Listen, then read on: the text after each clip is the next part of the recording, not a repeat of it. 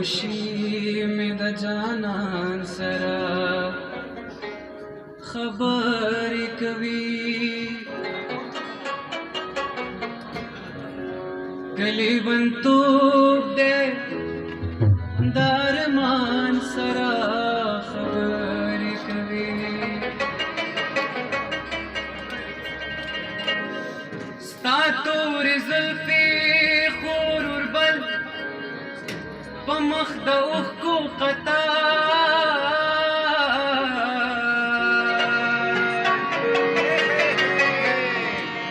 لکه وریځې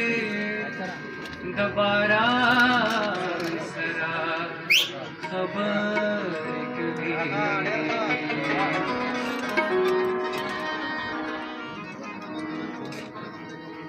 او که اشنا پاوتو بوتو ګډو وډو پوي شي